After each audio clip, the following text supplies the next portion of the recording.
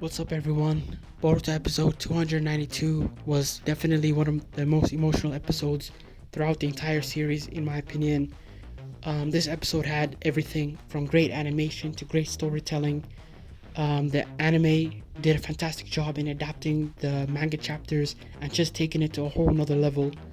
Um, Watching Naruto see both his sons fight each other and Naruto be caught in the middle between being a father and being a Hokage, I thought was um, very emotional. And I just was thinking throughout the episode about Naruto's journey from the pain and sorrow of growing up as an orphan and the stigma and trauma of being a Jinchuriki, and then becoming a father, having a lovely wife and children, and all the success that he ends up getting, and not losing Sasuke in the end due to the cycle of hate and them overcoming it, to him now as a grown adult living his dream and now seeing his son die before his eyes.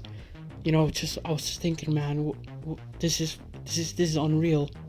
And even when I read this chapter the first time around, I was just shocked at the result.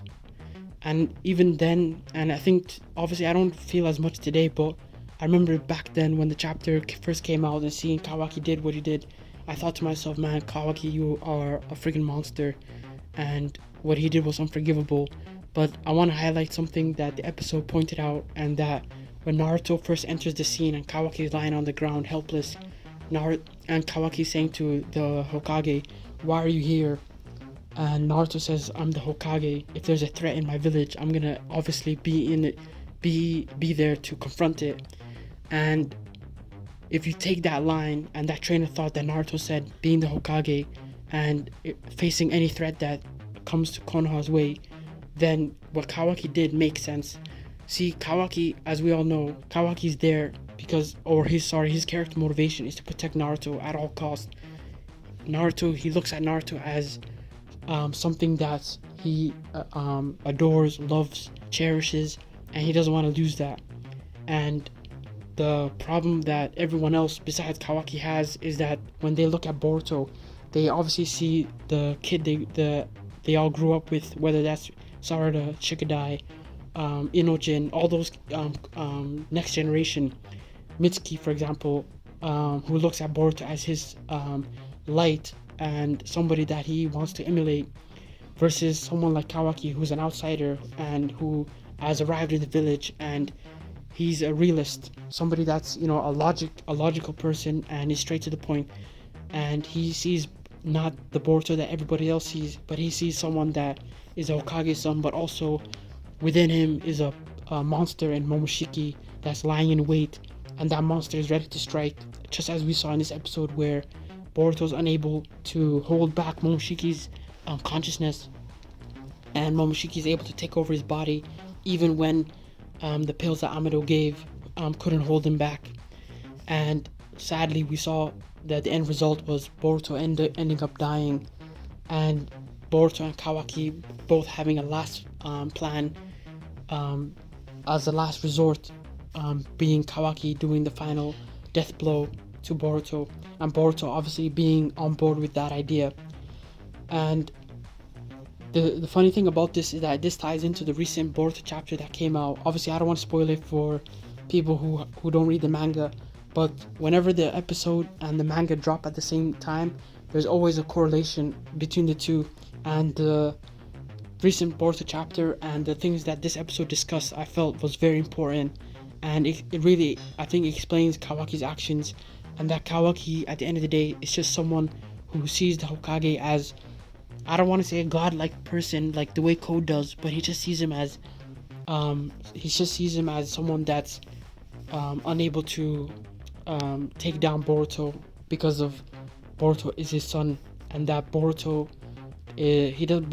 doesn't see Boruto as a monster in the form of Momoshiki, who's in the background, but rather it's his firstborn. And Kawaki, on the other hand, he realizes the threat, and as long as Boruto is there, that threat is always going to exist. And so obviously, next episode, we all know Boruto isn't going to die. We all know he's going to come back in some way, shape, or form. So next episode, we'll see how Boruto is resurrected, The fight scenes were amazing. I know that there's an argument between some fans saying that Kawaki totally demolished Boroshiki, but I want to say this: Momoshiki, every time we've seen his character, he's been a troll, and I don't think we've seen in the Boruto series a serious Momoshiki other than the time when he was fighting Naruto and Sasuke. Whenever Momoshiki takes over Boruto's body, he's always using shinobi moves, whether that's the Rasengan, whether it's basic ninjutsu or anything like that. He's always trolling by using ninjas' abilities. And we haven't seen him use his Otsutsuki powers, whereas in this episode, Kawaki was able to utilize most of Ishiki's abilities. And I think the reason why that's the case is Kawaki just wants to get the job done, and whereas Boroshiki is just trolling. And if, for example, in this episode, Momoshiki was to use his Byakugan, I think we would have seen a different story, and it would have ended very differently. And also, Momoshiki, when he did lose the fight, it was when Boruto was awakening. So I think the anime did a great job in kind of explaining, the tide started to change towards Kawaki when Boruto started to wake up and Momoshiki started to lose control, and that's when Kawaki hit Boroshiki with the two metal rods, and I think that was why he lost, and not because Kawaki is this super strong character that an Otsutsuki can't defeat.